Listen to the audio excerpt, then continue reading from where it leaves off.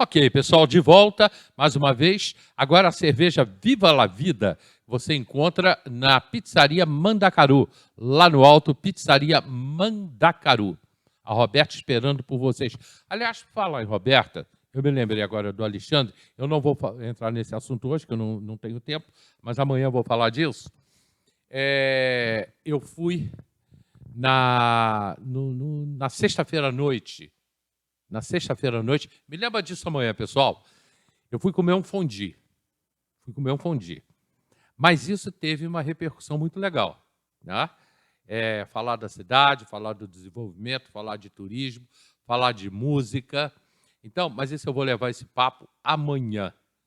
Amanhã que eu vou falar desse assunto. Muito bom, hein? É um papo muito legal para a gente conversar. A Imê já entrou aqui com a gente, a Lúcia Galdino está bem, a Grécia Silveira botou, opa, feira de artesanato, quero participar. Ô Grécia, eu boto você em contato com a Tainá e você vai fazer contato, vai participar também. Foi ótima a feira. Vanderlei Pérez. Olá, convocado, cá estamos. Convocado, porque já deu polêmica, né? Tá bom. Deu polêmica. De qualquer maneira, você viria aqui para a gente continuar a história de Teresópolis. E nós voltamos a 240 anos e você contando toda essa história. Mas aí, dias depois, vieram dois professores, o professor Fábio e o professor Rodrigo Consenza, e eles deixaram uma dúvida enorme aqui. Porque o professor Fábio ele diz o seguinte, que não foi Jorge Macho o fundador da cidade. Que o verdadeiro fundador da cidade foram as pessoas que ficaram, que vieram até antes do Jorge Macho. Ele coloca aqui ele fala sobre fotos antigas que aparecem negros, por exemplo, vestido com aquele terno. Como é que é o nome daquele tecido? Aquele terno branco. O linho, né? É linho, né? Linho brasileiro. Aquele terno de linho. E que esses é que são os verdadeiros fundadores da cidade. E eles estão levantando essa história. Aí é contigo. Não, o Jorge Macho, na verdade, ele não é necessariamente o fundador da cidade, né? Ele é um dos nossos principais colonizadores. Ele veio para cá em 1818 e estabelece como uma fazenda, e em função dele se estabelecer aqui, ele trouxe outros amigos deles, estrangeiros, ingleses principalmente, vinham também muitos franceses, alemães, outros europeus, né? E participaram do processo de colonização. A fundação da cidade ela vai acontecer lá em 1891, naquela segunda etapa, né? A primeira etapa vai ser em 1855, com a criação da freguesia.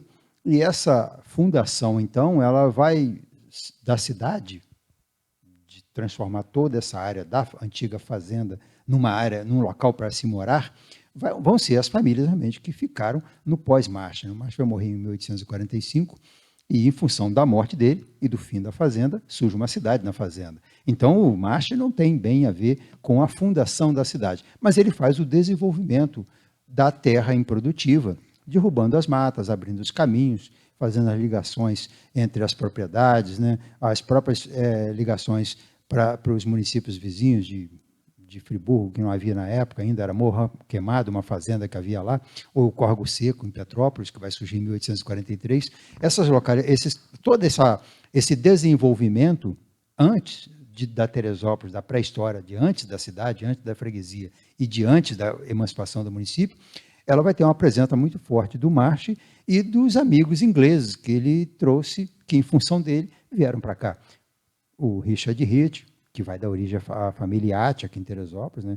Tá aí a presença colonizadora do Rich é muito forte, tanto que ele vai experimentar aqui espécies de leguminosas, de frutas, que a própria família, já na sua quarta ou quinta geração, e continua com a mesma tradição.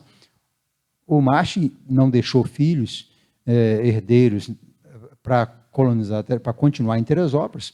Um dele saiu de Teresópolis, não se fala mais nele, e o mais novo foi virar um médico em Niterói e que tem uma certa ligação com a cidade, tanto que em 1908 ele escreve um texto muito interessante da chegada do trem na cidade onde havia a fazenda do pai dele, né? Então ele faz um certo desabafo do fim que levou a fazenda tão progressista.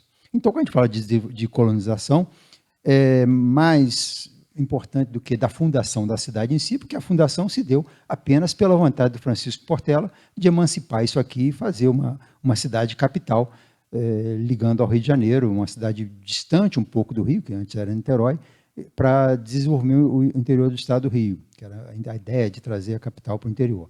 Mas é inegável que o Jorge March teve a participação mais importante no processo de colonização de Teresópolis, porque é a partir dele que você vai ter os outros ingleses que vão experimentar aqui as espécies da nossa agricultura. É a partir dele que nós vamos ter em 1824 que inicia o hábito do veraneio no Brasil, em Teresópolis, né?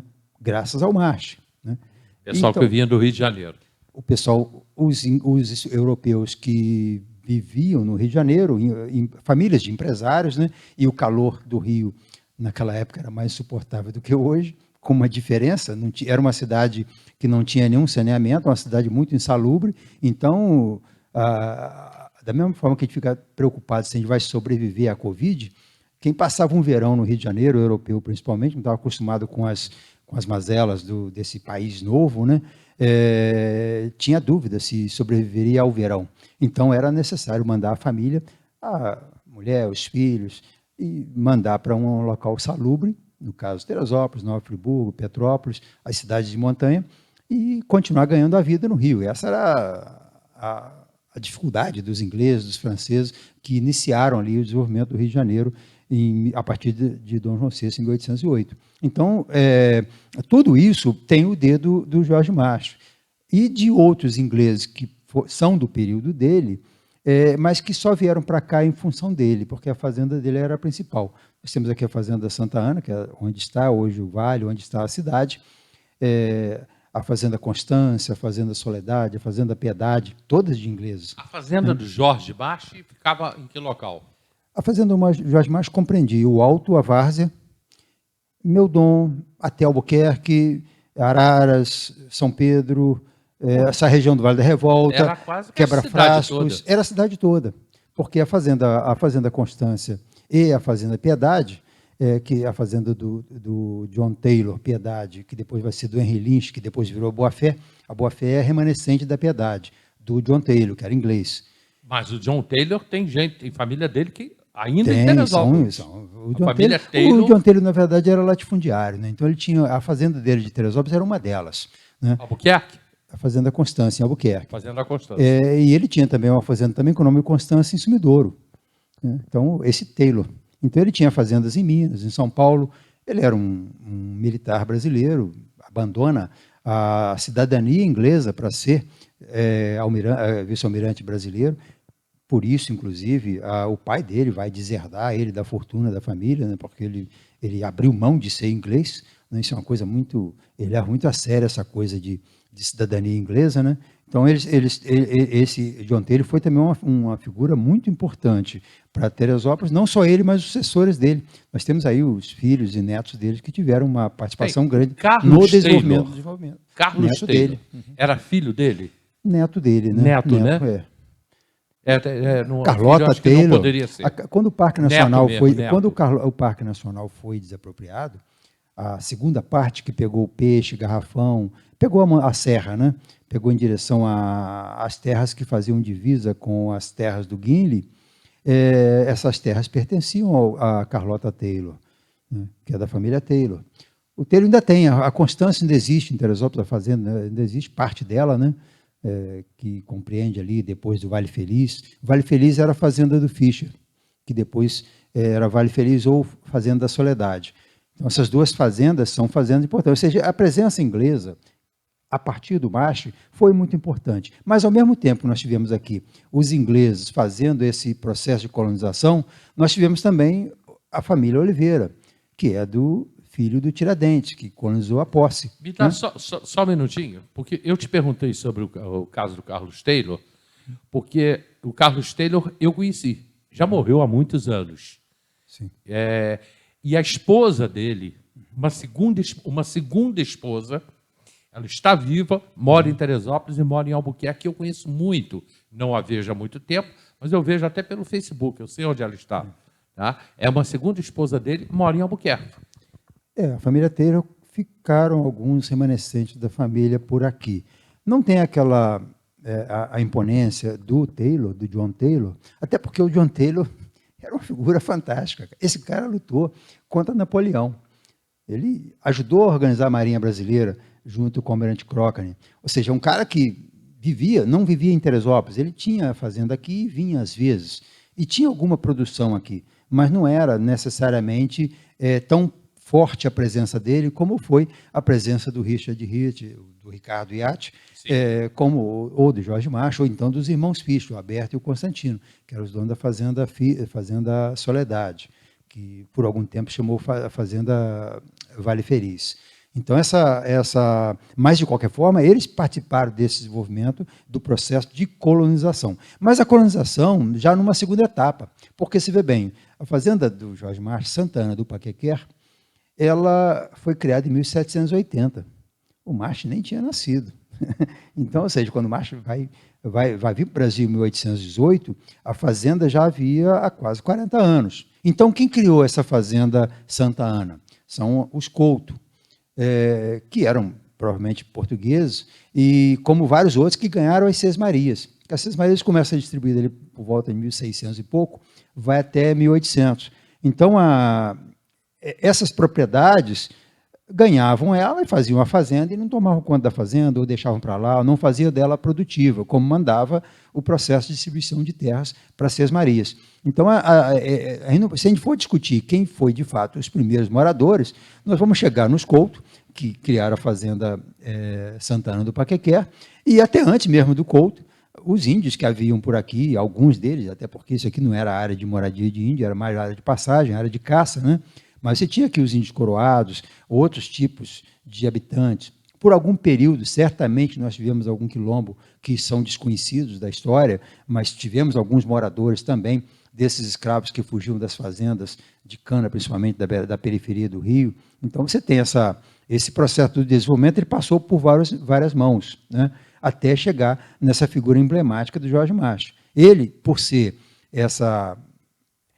ter sido ele que trouxe a presença inglesa para Teresópolis, através dos companheiros dele, inicia o hábito de construir casinhas para alugar no verão. Então, o cultivo de várias hortaliças que ele trouxe para Teresópolis, a criação de gados, né, o gado da corte, gado de cavalo, burro, égua, porco, o que se consumia na corte, saía de Teresópolis também nesse período do Macho. Então, é inegável que ele participou, que foi a figura mais importante no processo de desenvolvimento da região.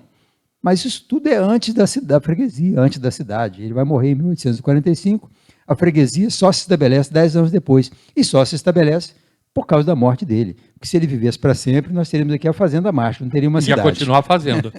Exato. Eu já tenho aqui algumas participações, e eu estou em cima da hora de um comercial. Osaí Pirilim está assistindo a gente. Osaí, estou precisando falar com você, tá?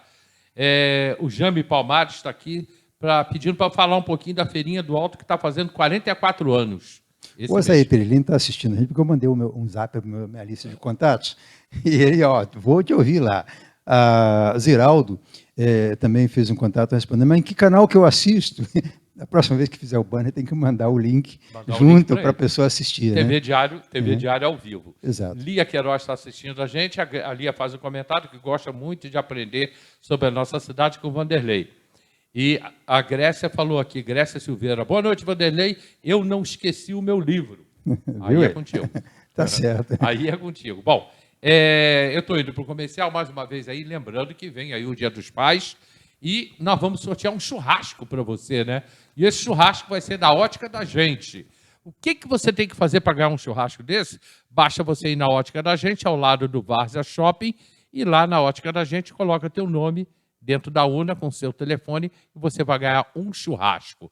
O Vanderlei, eu interrompi quando ele ia falar da família Oliveira, que eram descendentes de Tiradentes que moravam aqui. Aliás, eu conheci muitos deles, né? Ele vai falar depois do comercial.